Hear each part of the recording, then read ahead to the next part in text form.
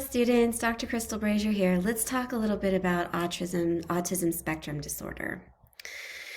So, with autism spectrum disorder, we know that sort of two domains come to the forefront. And the first is those social interactions, so reciprocal social communication impairment. So, with people who are on this spectrum, they may find their peer relationships fail to develop normally. There is a lack of reciprocity, social reciprocity, emotional reciprocity, this idea of taking turns and focusing on what the other needs, being able to recognize that. There is struggles sometimes to understand nonverbal behaviors such as eye-to-eye gaze, facial expression, body posture, and gestures that tend to regulate that social interaction. Those can be impaired.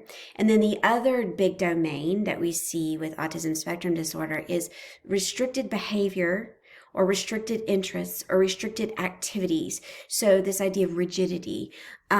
So patterns of interest can be stereotyped and restricted. So there can be an abnormal intensity or focus on one specific thing. There also can be an insistence on sameness and a lack of flexibility, an adherence, like a rigid adherence to specific, sometimes non-functional routines and or rituals, like the compulsion almost to repeat this over and over again because I need that structure to be so rigid. There can be motor mannerisms that are either stereotyped or repetitive. So, and this could also include like use of objects, speech, echolalia. So just this repetition. And then there can be a preoccupation with sensory input. So either a hyper focus on sensory stuff or a hypo focus on sensory stuff. So, or an unusual in certain sensory aspects of the environment. So like hyper focus on pain or on temperature, on sounds or on textures against one's skin, on smelling or touching. And sometimes this can, even manifest in like a visual fascination with lights to some degree. So when we are looking at diagnosing people with autism spectrum disorder, we want to indicate the level of support that is needed for the deficits in the social communication domain and in the restricted repetitive behavior domain. And then we want to indicate whether intellectual impairment is also present if it is comorbid. And we need to indicate whether language impairment is present. And so that will give us a richer diagnosis, and that can help guide then how we plan treatment. So here are some neurological signs of autism spectrum disorder. Sensory disturbances. So distaste for light that is a certain like color or vibrancy. Narrow diet, so very restricted. I only like these few things, insistence on certain clothing or textures against one's skin, or even a high pain threshold in which something that would elicit a pain response in neurotypical people is not eliciting that response for someone on the spectrum. We could also notice motor abnormalities, hypertonia, hypotonia, posture, gait abnormalities. So something about the way the person holds themselves or walks. And then sleep disturbances may also be a neurological sign of people on the spectrum. So insomnia or waking up super early in the morning. And then there can be vestibular dysmodulation. So in other words, I need to do something to modulate myself. I need to twirl or spin, or I have some sort of clumsiness that sort of pervades my life. So when we're looking at treating people who are landing somewhere on the autism spectrum, we need to know that there are a certain set of goals that can be helpful. So we want to help increase socially acceptable behavior, especially if they're higher functioning on the spectrum. We need to decrease odd behaviors that could elicit a rejection or abandonment response by others. We need to help improve communication, and we need to reduce disruptive behavior. behaviors. So there's all kinds of different ways to bring support around a person who is diagnosed as landing somewhere on the autism spectrum, but also their family, to support their family. So language and academic support, education for parents, and talking to parents about behavioral interventions and helping parents learn how to provide those interventions consistently and properly. Augmented or facilitated communication, so helping with those communication skills. Sensory motor therapies, so even desensitizing to certain things. Behavioral modification, so helping shape behavior to be more adaptive. Cognitive therapy, this would be for the higher functioning, for people higher on that spectrum. Applied behavior analysis, which we'll look at in a minute, is one type of behavior modification that sets specific goals to help reduce unwanted symptoms and promote wanted behaviors, so wanted social interaction and self-care abilities and behaviors. And then there, on the other side of that, so that's the behavioral approach. We're going to look at that. The other side of that may be some sort of attachment-focused treatment, and so we'll look at TheraPlay to understand what that might look like. And we need to understand too that some children or adults, adolescents who are on the spectrum may also have a comorbid intellectual disability, and we need to bring around them support for that piece as well, and some do not. And so we need to make sure that when we are diagnosing and assessing, that we are assessing for both of those things so that we can tailor treatment to the specific needs of this unique individual. Medication. So we can use medication to treat some of the problematic symptoms that people who are appropriately diagnosed with autism spectrum disorder might experience. So it could help treat self-injurious behavior, such as self-injury, self-harm that's non-suicidal, irritability, aggression, anxiety, so something to help with mood, hyperactivity or distractibility, so something to help with focus and calm, obsessions and compulsions, so something to reduce that rigid pattern of I experience an obsession and I have to follow through with that compulsion in order to provide myself some relief. So a medication that can provide sort of some space to work on overcoming that rigid pattern. And sleep disturbances. Sometimes medication can help with sleep issues. The only FDA approved medications that I'm aware of at this point to help are Abilify and Risperdal. And those are the ones that are explicitly FDA approved to help treat people with autism spectrum disorder. But SSRIs and ADHD type medications, atypical medications, mood stabilizers are also sometimes used. Okay, this is Dana. She is a counselor, and I worked with her when I was in my doctoral program, and she worked her way through her master's in counseling program working in the field of applied behavioral analysis, so specifically working with kids and teens on the autism spectrum. And so I want you to be introduced to this way of working, and she provides a great overview of what this type of therapy, applied behavioral analysis or ABA, what it looks like and how the different roles of counselors and techs can be used to work together to collaborate and create sort of a system in which the person can experience improvement. So here's Dana talking about an overview of ABA. One of my coworkers said to me once, like, when you've met one kid with autism, you've met one kid with autism. So every kid is so incredibly, insanely different from one another, like their strengths, their weaknesses, things they need to work on. So when I was working as a I worked underneath behavior analysts. So their background is usually either psychology or special education master's degrees. And then you have to take specialist courses to become a board certified behavior analyst.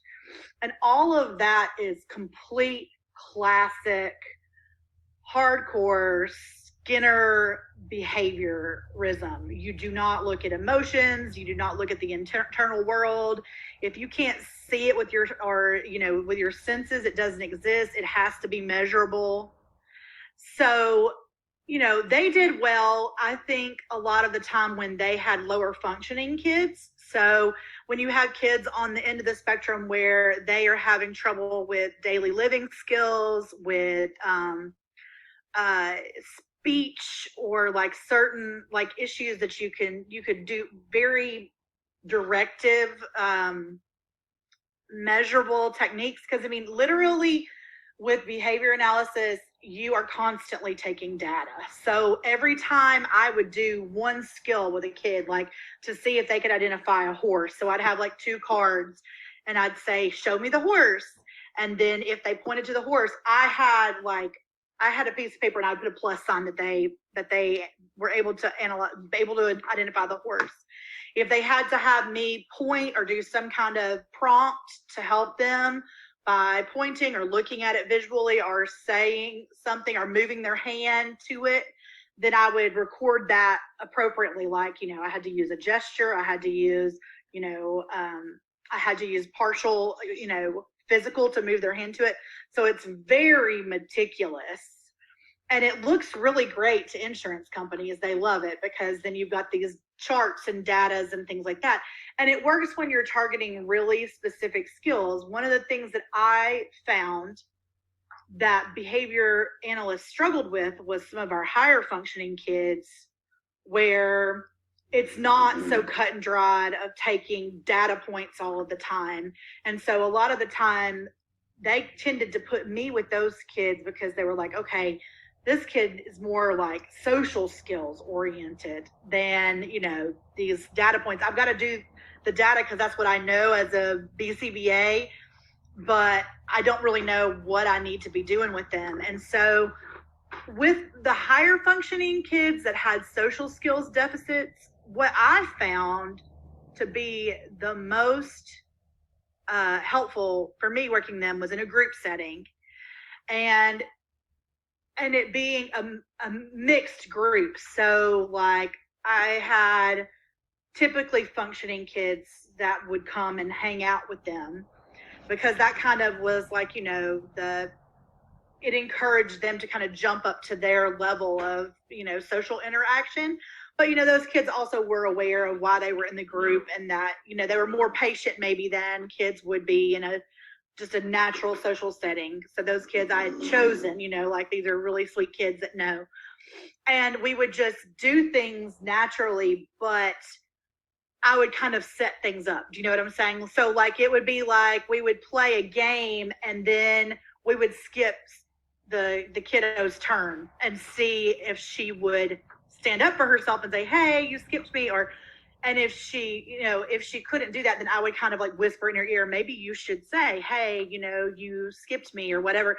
And so kind of creating more the natural environment where they struggle, and then giving that environment a way to like work it out in real life settings, I found was helpful. And I did that some at schools too. I had a kid who had some social deficit problems. He wasn't diagnosed, but his mom thought he might be like high functioning autistic.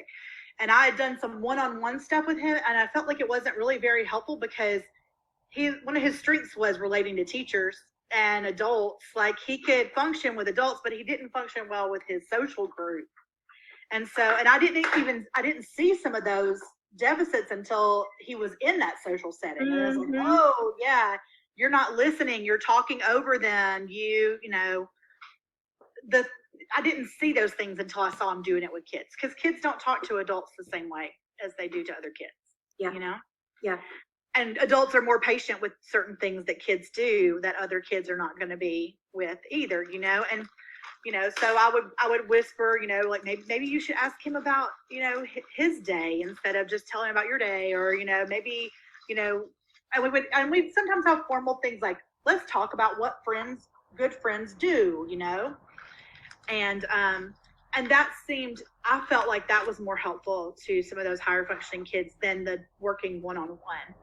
Sometimes when we work on one-on-one, we do things like we'd play games like reading facial expressions, You know, like we would play like charades, like what am I feeling right now? You know?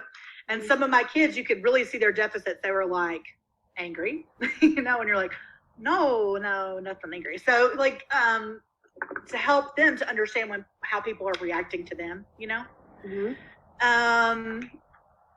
But yeah, I mean, with some of my low functioning kids, I was working on things like being able to remember the steps of showering. No, sure. And I did that every single day, every single morning. You know, higher functioning kids, some of the things would be like emotional regulation. And that, again, I felt like the more natural the setting, the better. So we would sometimes go to the family's house, and if the kid had trouble during dinners or during game time with family, we would just be there during that time. And then you become part of the family because you're there a lot, and then some of the behaviors start to happen, and then you can intervene and try to give the kid a chance to use some of the skills. You might teach those skills outside of when they're, you know, when they're angry, like, hey, you could take deep breaths, or you could do this, or let's talk about what you could do.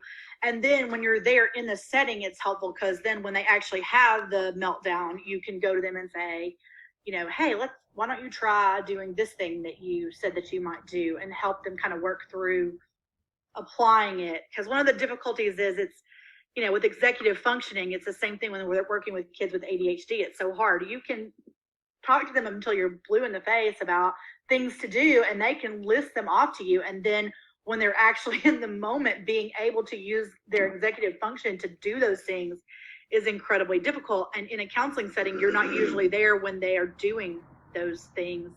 That's why I think providing the social settings is helpful. Yeah, so the way that BCBAs work is, so again, a board certified behavior analyst, they do the evaluating. So they'll go in, and a lot of times they have certain tests that they use generally. Like with younger kids, we would use the VB map. I'm not sure what honestly what the letters stand for, but it's basically like a verbal and behavioral test to see for age appropriateness. And then based on that test, they would find deficits, and then they would target those deficits. And some of them, they can't be just strictly academic because of insurance. They won't accept them. So they have to be more linked to communication or behavior or some kind of functioning. And so then they would write what they called programs that would address those. So very from the outside looking in, I'm the observer doing something to you kind of mentality, even though in practice I feel like they were much more kind and than that. But the way that behavior analysis works, it very much seems very laboratory-esque, you know. So then you would have that list of programs that the behavior analyst had created, and then underneath them are the people that were doing what I was doing, because I didn't have a degree in that. So those are registered behavior technicians. So they're on the technician level, and you just go in and you run the programs that they've created for the kids. So you're actually doing the direct work a lot more than somebody with, the higher education side of it. So, and I mean, one of the hard parts is it's very repetitive, because to help someone, especially with the lower functioning kiddos, to help them learn something, you have to do it so many times. So just a lot of repetition. One of the things I found difficult about it is sessions are extremely long. Sometimes I would have 4-hour-long sessions with one kid. Wow. Yeah. And so you obviously take breaks and do what we would call pairing. So you would, play with them and try to build relationship time sometimes. But I mean, it's pretty exhausting for the kid and for you, 4-hour-long sessions, And so a lot of it was based on like reward. So we used a lot of what does this kid like, and that's how we, get the kid to do what we want them to do. So it might be food, or it might be, some kind of game that they like to play or something like that. So you kind of a lot of times we would use like token boards and work towards, a reward. So, like I said, again, very classic behavioral type interventions.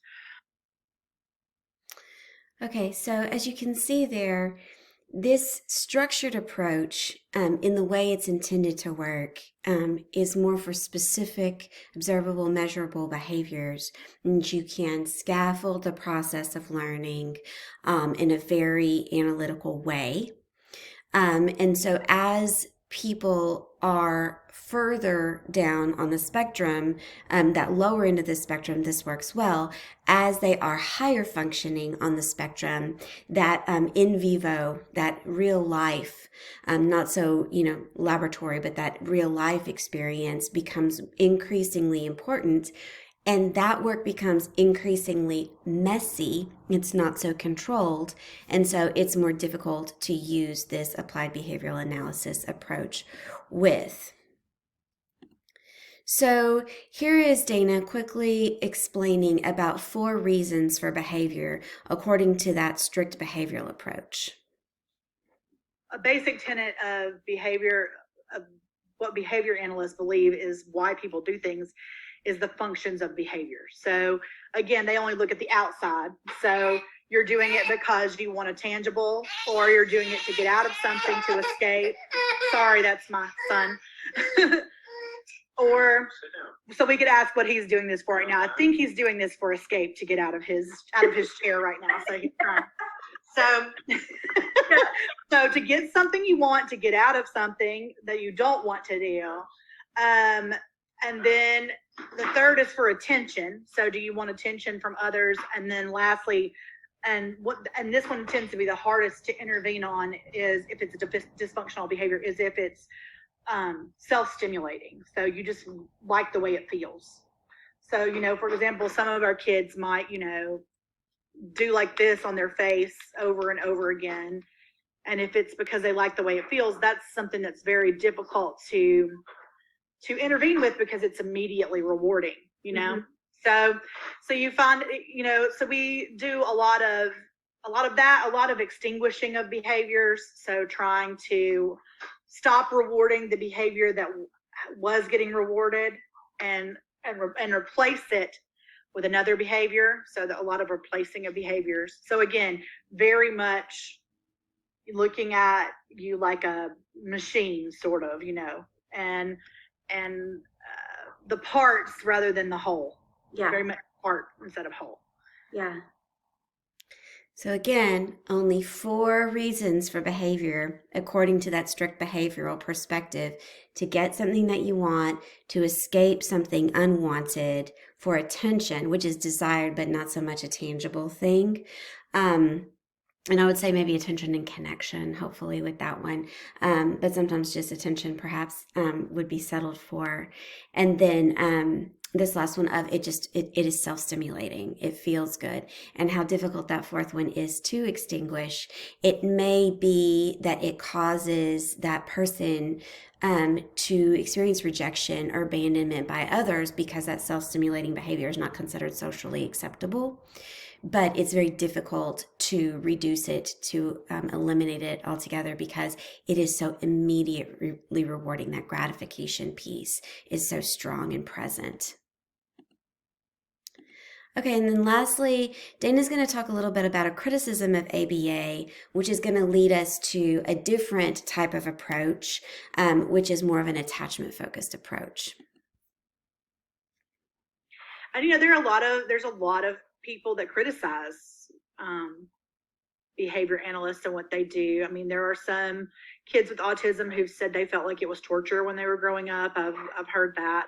I personally never felt that way. I mean, there was nothing, we never did any punishment. Punishment wasn't part of what we did. It was, if anything, it was like taking away a reward, perhaps, that is punishment, but there was no physical punishment, you know what I mean? Mm-hmm.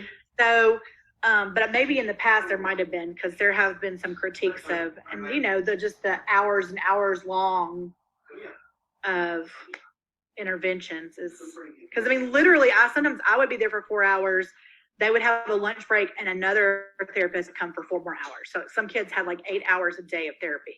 What was the purpose of such long therapy?